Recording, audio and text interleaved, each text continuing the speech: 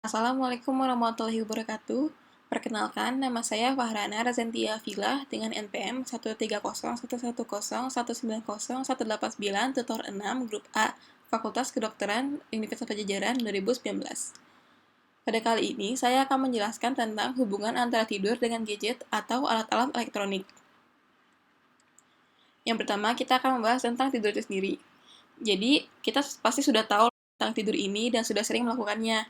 Namun, secara definisi ini, tidur itu merupakan keadaan di mana kita tidak sadar terhadap dunia luar, tetapi kita masih memiliki kesadaran secara internal, seperti bermimpi.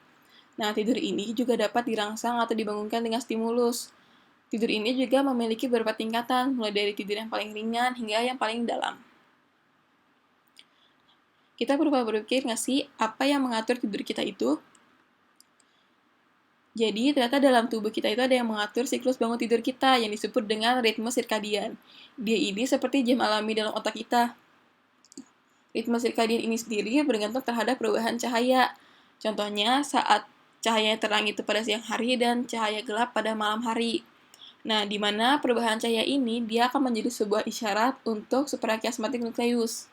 Apa sih suprachiasmatic nucleus itu? Jadi, suprachiasmatic nucleus itu merupakan nukleus atau kumpulan badan sel yang berada di hipotalamus anterior, dan dia juga letaknya di atas optic chiasm. Kalau kita lihat di gambar ini, suprachiasmatic nucleus itu yang berwarna hijau ini. Ini merupakan bagian anterior, dan ini merupakan bagian posterior. Jadi, suprachiasmatic ini terletak di hipotalamus anterior dan terletak di atasnya optic chiasm. Kemudian, suprachiasmatic nucleus ini nanti akan bekerja sama dengan kelenjar pineal. Kelenjar pineal sendiri ini terletak di senter dari otak. Dan di dalam kelenjar pineal ini terdapat suatu sel yang disebut dengan pinealocytes, di mana sel tersebut akan memproduksi hormon melatonin. Hormon melatonin sendiri merupakan hormon untuk tidur. Nah, kadar hormon melatonin ini akan meningkat ketika keadaannya gelap, dan akan rendah ketika keadaannya terang. Berikutnya adalah jalur dari ritme sirkadian sendiri. Nah, pertama, cahaya itu akan ditangkap oleh mata. Nah, di mata ini, terutama di retinanya, itu terdapat spesial fotoreseptor yang disebut dengan retinal ganglion cell. Retinal ganglion cell ini memiliki suatu kandungan protein yang disebut dengan melanopsin. Melanopsin sendiri ini pekat terhadap cahaya. Nah, jadi nanti informasi mengenai cahaya itu akan diambil dan sinyalnya akan dikirimkan ke suprachiasmatic nucleus melalui jalur yang disebut dengan retinohypothalamic tract. Nah, kemudian dari suprachiasmatic nucleus ini dia akan turun ke arah spinal cord ke superior cervical ganglion. Kemudian dari superior cervical ganglion ini dia akan kembali ke atas menuju ke kelenjar pineal. Nah, di kelenjar pineal ini sel yang disebut pinealocytes tadi akan dirangsang atau dihambat untuk memproduksi serta mensekresikan melatonin. Hal itu tergantung dari perubahan cahayanya.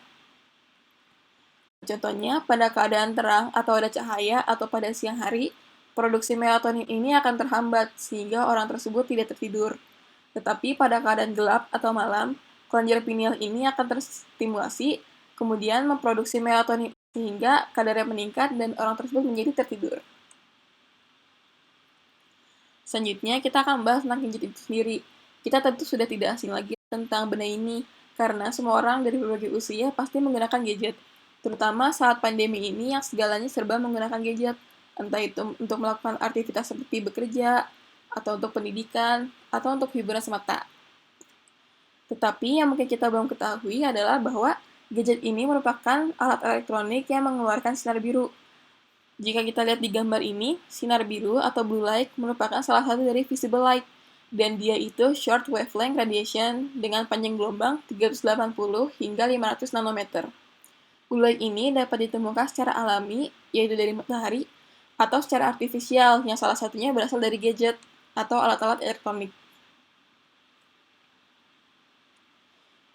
Nah, namun, tidak sedikit juga dari penggunanya ini menggunakan gadget hingga melebihi waktu tidurnya.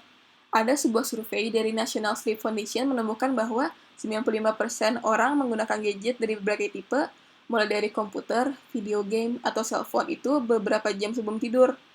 Tapi, apakah baik menggunakan gadget sebelum tidur? Ternyata ritme sirkadian itu sensitif terhadap blue light, karena cahaya yang dihasilkan dari gadget itu akan menekan produksi dari sekresi melatonin atau hormon untuk tidur. Sehingga yang terjadi adalah hal itu akan meningkatkan kesadaran kita dan alhasil kita tetap menjaga atau terbangun. Jika jam alami di tubuh itu terus-menerus tidak disesuaikan dengan keadaan dunia luar, maka ritme sirkadian tubuh kita juga akan semakin tidak sinkron dengan siklus gelap terang. Akibatnya kita akan mengalami yang kita kenal dengan jet lag, yaitu keadaan ketika ritme sirkadian kita tidak sejalan dengan isyarat eksternal. Jadi kalau kita kembali ke skema tadi bahwa jika kita menggunakan gadget sebelum tidur, maka informasi cahaya, terutama blue light, akan terus diterima oleh mata, dan kemudian diteruskan ke suprachiasmatic nucleus, lalu ke superior cervical ganglion, kemudian ke kelenjar pineal. Nah, di kelenjar pineal sendiri, sekresi melatoninnya akan menurun. Kenapa? Karena produksinya tadi ditekan oleh efek blue light, sehingga yang terjadi adalah kita tidak tidur dan menjadi kekurangan tidur. Lalu apa yang terjadi ketika kita kekurangan tidur? Akan terjadi banyak hal negatif. Di antaranya seperti berpikir kita menjadi lambat, kemudian perhatiannya juga menjadi berkurang sehingga menurunkan performa kita di sekolah atau di tempat kerja. Kemudian kita menjadi kekurangan energi, lalu bisa terjadi perubahan mood sehingga kita bisa mengalami stres, mudah marah, dan lain-lain. Lalu bisa juga mengarah ke penyakit jantung seperti hipertensi, serangan jantung, bahkan stroke. Lalu bisa juga terjadi obesitas karena orang yang terbangun itu cenderung untuk mengemil atau makan. Lalu juga bisa terjadi defisiensi imun sehingga imun kita tidak berfungsi dengan baik. Lalu juga ada gangguan hormonal dan juga bisa terjadi gangguan mental seperti depresi, bipolar, anxiety, dan lain-lain. Nah, hal-hal negatif tadi itu dapat dicegah dengan cara kita memperbaiki tidur kita. Tapi bagaimana caranya kita memperbaiki tidur kita?